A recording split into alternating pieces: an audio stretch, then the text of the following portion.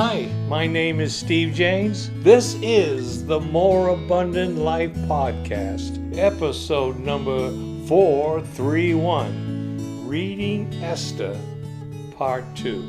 We're still looking at the keys to walking by the Spirit. This episode, we will continue examining God's providence as seen in the book of Esther. Right now, I'd like to get into Reading Esther, Part 2. First, I'd like to give a little summary of what we listened to on last episode. Yes. Vesti, the queen, lost her place for not going to a party to be shown off by the king. He didn't like it. They got a new queen. And Esther became the new queen after the king and his council. They saw all the beautiful virgins and tested them in the kingdom. And Esther became the next queen. And she was a Jew taught by her uncle Mordecai, a man of God, a believer who watched over her. And some scholars believe that he probably wrote the book of Esther. It doesn't say that anywhere. I don't know where they get that, but it might be true. He was there anyhow. But when they say that he wrote the book of Esther, that's not true either. God is the author of his word. So it doesn't matter who wrote it. We know God is the author of his word. A man named Haman, the Jews' enemy, set it up so that all the Jews would be killed. This is real people dealing with real problems and real troubles in life. And that's where the Old Testament can be, for our learning. Okay, this is a big problem. What's going on? How do we handle the problem? There's where the lesson is for us. So I'd like to go to Esther. We're going to start in chapter 4. But I want to read 2 verses in chapter 3.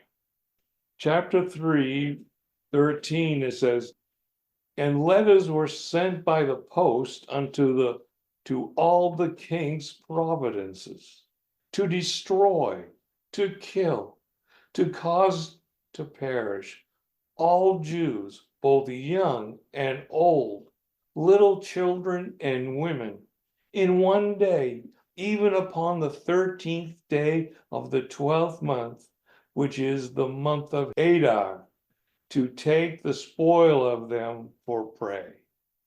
And then 15, "The post went out, being hastened by the king's commandment, and the decree was given in Shushan the palace, and the king and Haman sat down to drink, but the city of Shushan was perplexed." And that's where we left off. I want to continue reading from there.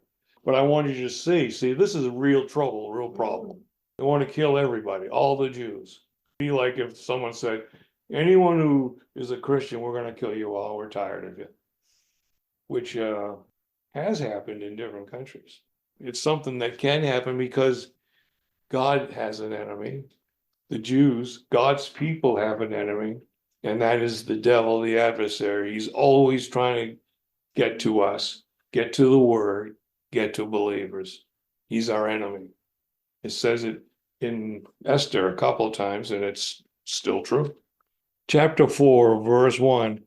"When Mordecai perceived that was done, Mordecai rent his clothes and put on sackcloth with ashes, and went out into the midst of the city and cried with a loud and bitter cry, and came even before the king's gate, for none might enter unto the king's gate clothed in sackcloth."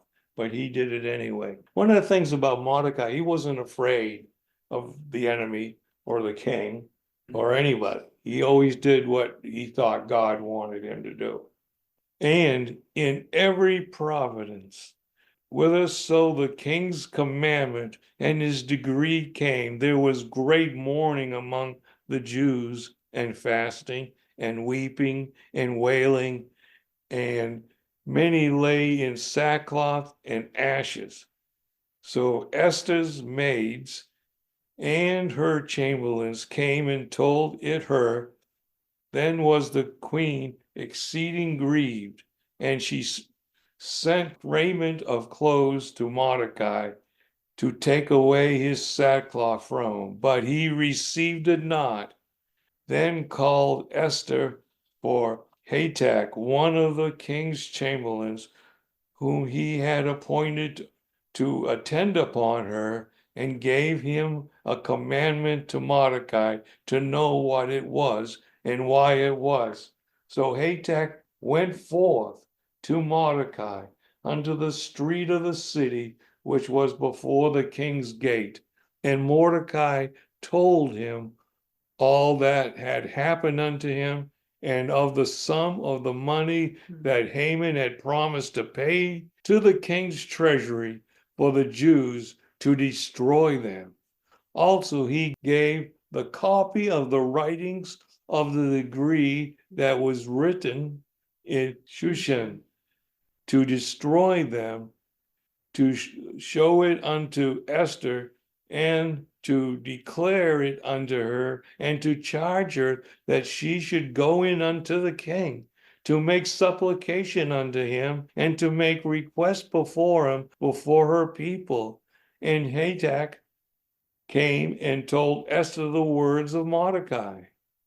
Again, Esther spake unto Hatak, and gave him commandment unto Mordecai.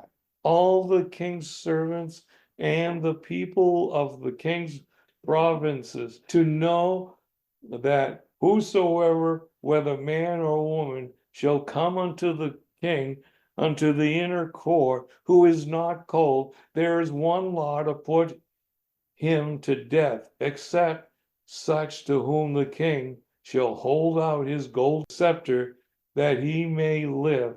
But I have not been called to come in unto the king these 30 days. And they told Mordecai Esther's words. And Mordecai commanded to answer Esther. And you can see what's going on. Esther's saying what's going on. Mordecai tells it. He has some more questions. She gives them the law or what's going on. And now Mordecai is here saying to answer Esther, think not within thyself that thou escaped the king's house more than all the Jews? For if thou altogether holdest thy peace at this time, then shall there an enlargement be deliverance arise to the Jews from another place, but thou and thy father's house shall be destroyed. And who knoweth whether thou art come to the kingdom for such a time as this? And here he's pointing out the providence of God. You might be there at this time for this reason. And a key to walking by the Spirit is to be aware of God's providences, okay? And which can happen. And what that really, all that really means to us is we're just aware of what's going on around us. We might be on a ride somewhere and we'll see something. Oh, I could use this, or whatever this is might help me in my situation. God is working to bring deliverance, whatever it is that we need. So we just need to be cognizant that that can happen. We don't want to be fooled by things like this. That's why we have to check it with the word. We're perceptive, spiritually perceptive. Lots of times these things happen when we really see it in the end, after it's happened. Oh, that person told me about this and that got me to here, and I saw this and I bought this, and it was just the thing I needed for great deliverance. And then afterwards you go, that was probably God. But the next time we might be easier to see these things. It's practicing the presence of God. One of the ways to practice the presence of God. 15, then Esther bade them return Mordecai this answer. And here the message goes back. Gather together all the Jews that are present in Shushan, and fast ye for me, neither eat nor drink 3 days, night or day. I also and my maidens will fast likewise, and so will I go unto the king, which is not according to the law, and if I perish, I perish. Well, she was going to die anyhow, one way or the other, right? So that's what she did. So Mordecai went his way and did according to all Esther had commanded him. I think it's pretty neat. We know it's the will of God if it comes to pass. That's always a key to knowing it's the will of God. In reading the record, we know that it came to pass. They went and did this thing. Who got the revelation? How the revelation worked? I don't know exactly. Except Mordecai was a teacher of the word. Raised up Esther. Esther was a believer who knew the promises of God. A relatively few people had Holy Spirit during the Old Testament period, but all of them were to know the word. So we don't know everything here, but we know those two things are in play. What's really happening here is that there's more prayers, more fasting. Fasting means devotion to God, more devotion to God, more humility. See, Mordecai sat in sackcloth, and that was to show humility, but not before the king, for God. That's why they did that. This is another example of real people dealing with real tough problems. Okay? Keep something here, finger or something, and go to Mark chapter 9. And this is the record of the boy that was possessed, and the father said, Jesus, if you can do anything, help us.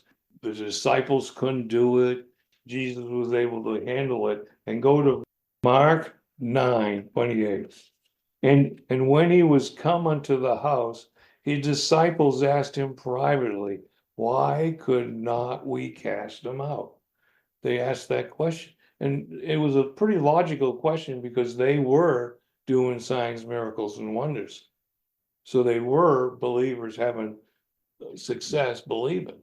And he said unto them, this kind can come forth by nothing but by prayer and fasting. One of the things is when I studied this years ago or a few years ago, this word, this kind is only used twice in the Bible. Because I was wondering what this kind is. What is this kind talking about? Devil spirits, this, whatever. What is it talking about? But it comes by prayer. We know what prayer is, fasting, devotion to God. This is how it gets there. Go to Matthew chapter 17. This is the other place it's used. Matthew 17. Okay, and we're going to start in 19. Then came the disciples to Jesus apart and said, why could not we cast him out? This is the same record. This is the same record, but there's more information here that will help us to understand this thing of prayer and fasting. And Jesus said unto them, because of your unbelief. For verily I say unto you, if ye have faith as a grain of mustard seed, a very small seed, if you just have a little bit of believing, is what it's saying, ye shall say unto this mountain.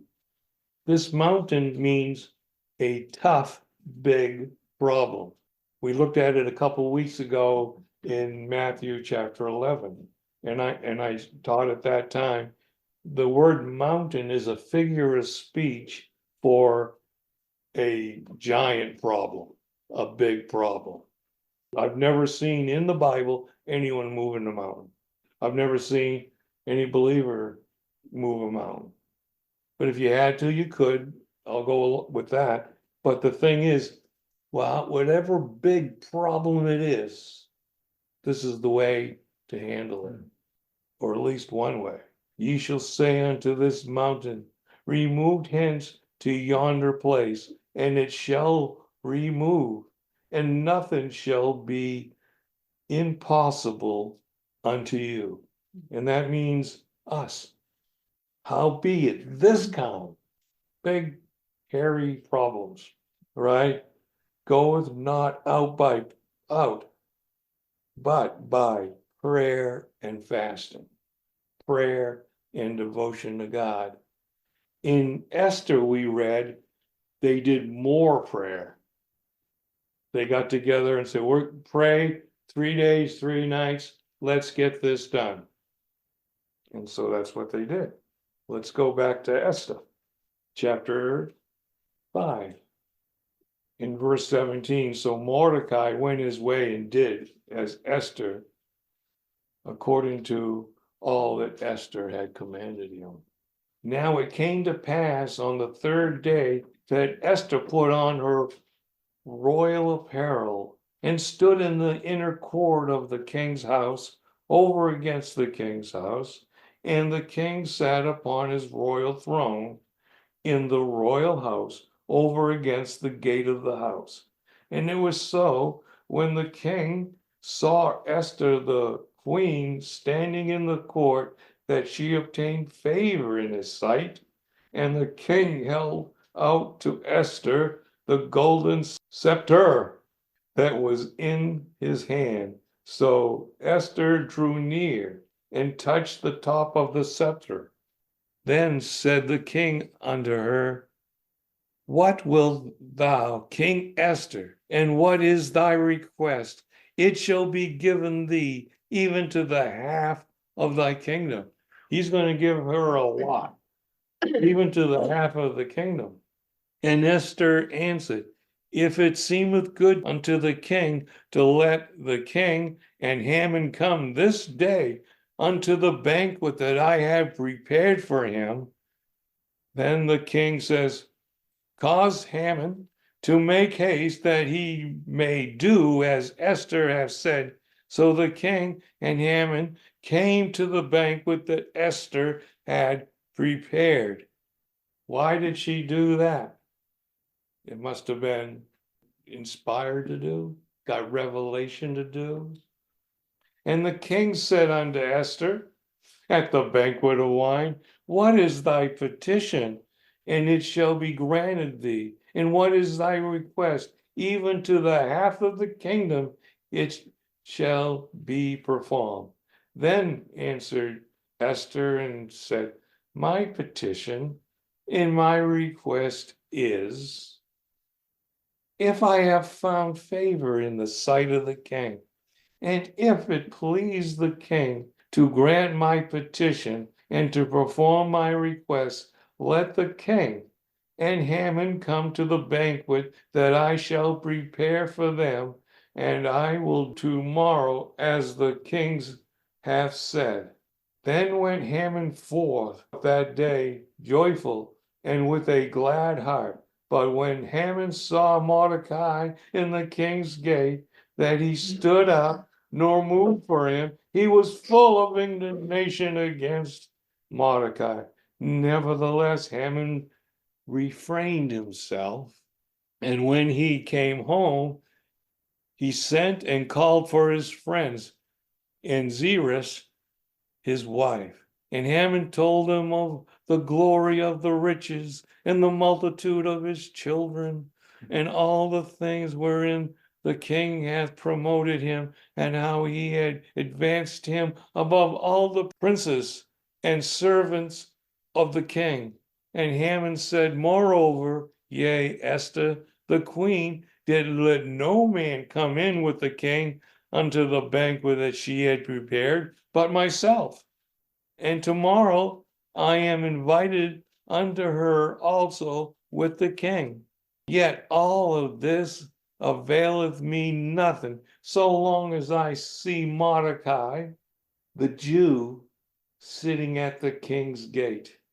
Then said Zeresh his wife and all his friends unto him, let a gallows be made 50 cubits high, and tomorrow speak thou unto the king that Mordecai may be hanged thereon.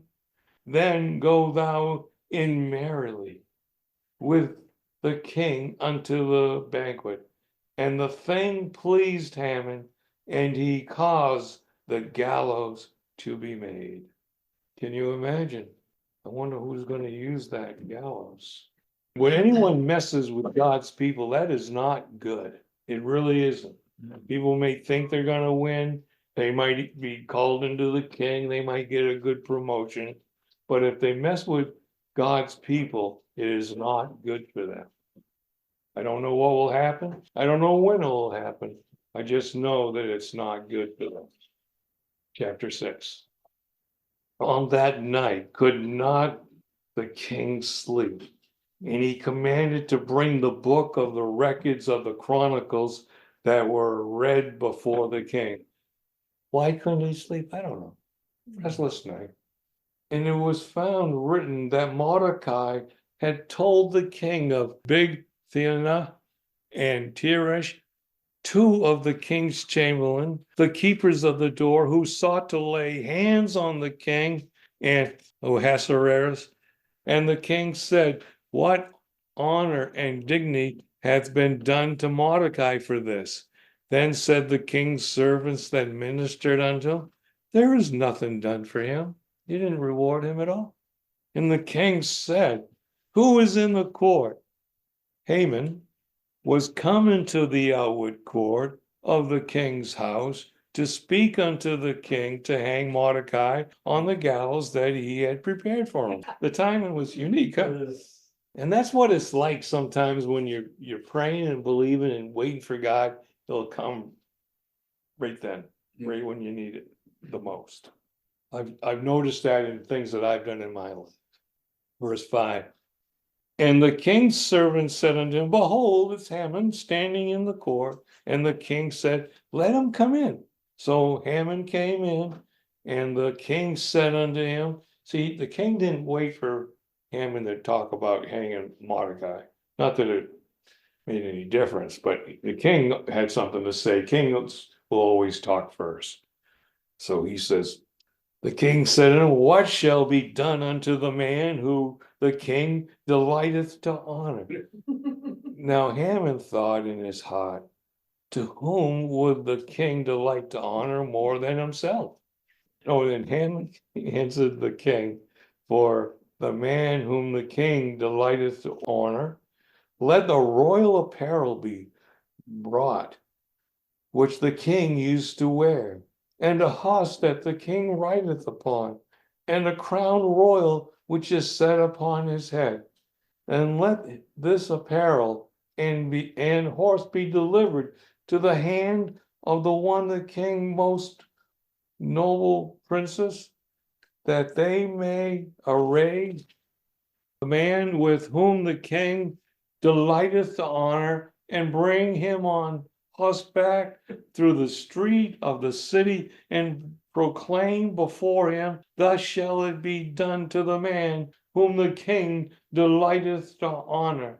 Then the king said to Haman, make haste, take their apparel and the horse as thou hast said, and do even so to Mordecai the Jew that sitteth at the king's gate, and let nothing fail of all that thou hast spoken.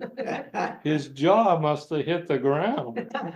And what is he gonna do? It says here, then took Haman the apparel and the horse, and arrayed Mordecai, and brought him on horseback through the streets of the city, and proclaimed before him, thus shall it be done unto the man whom the king delighteth to honor. See him pulling the horse along and saying this? He could hardly look at him. And Mordecai came against to the king's gate, and Haman hastened to his house mourning, and having his head covered. And Haman told Zeresh his wife and all his friends everything that had befallen him. Then said his wise men and Zeresh his wife unto him, if Mordecai be of the seed of the Jews, for whom thou hast begun to fall, thou shalt not prevail against him. but shall surely fall before him. Yet talketh with him the king's chamberlains, and hastened to bring Haman unto the banquet that Esther had prepared. Oh no, what's going to happen now? He just gets home and his friends tell him, you're not going to make it. You're not going to make it. You can't go against the king. You're in trouble. So the king and Haman came to the banquet with Esther the queen. And the king said again unto Esther on the second day of the banquet of wine, what is thy petition, Queen Esther? And it shall be granted thee. And what is thy request? And it shall be formed, even to the half of the kingdom. Then Esther the queen answered and said, if I have found favor in thy sight. Look at the way, if I have. She's not telling him what to do. She's just letting her know. If I have found favor in thy sight, O king, and if it had pleased the king, let my life be given me at my petition, and my people at my request. For we are sold, I and my people, to be destroyed, to be slain, and to perish. But if we have been sold for bondmen and bondwomen, which they were, see, they were to be slaves, right? I had held my tongue, although the enemy could not countervail the king's damage.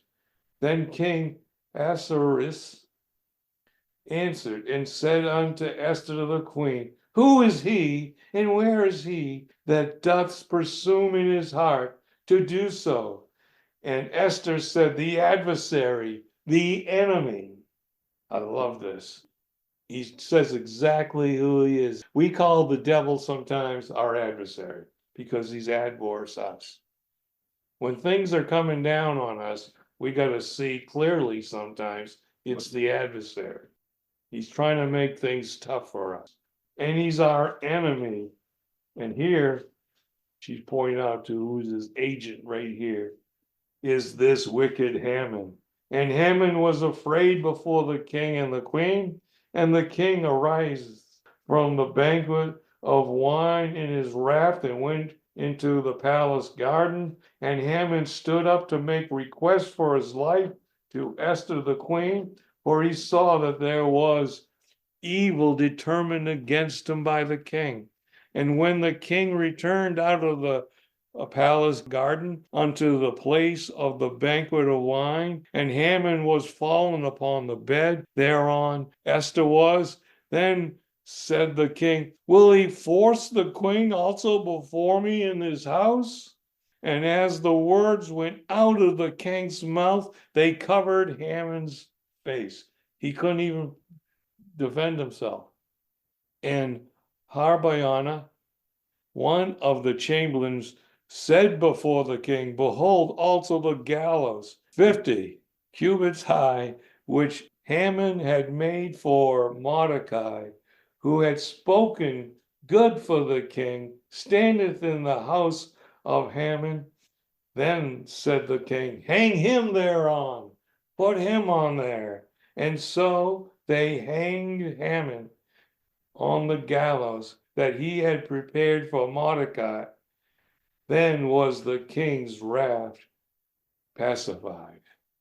I want to go to the last verse in this book, which is chapter 10, verse 3, because this is where it heads.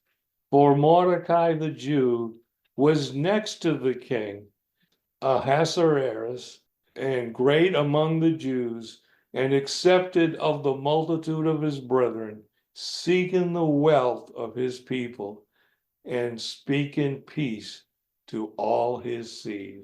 This is what believers should do today. We should be seeking how we can help others with their wealth. Jesus Christ came that we might have life and have it more abundant. And lots of times people are very quick to say, well, that doesn't always mean money, which is true, but it's part of it. We're to have what we need. We're to be blessed. We're God's chosen people. the more abundant life is available to us. We are a listener-supported podcast. I want to thank those who generously give so that we can keep the podcast available. The podcast is heard around the world for all those who would want to know how to accurately understand the Bible when they read. The episode is complete, so head over to stevejaynes.com. If you're interested in learning how to read the Bible, there's also an audio class and companion books available on how to read the Bible for understanding and power. The website has audio teachings and biblical studies books, all there to help you grow in God's grace and in the knowledge of our Lord and Savior Jesus Christ. Listen next week for another reading of God's wonderful, matchless Word.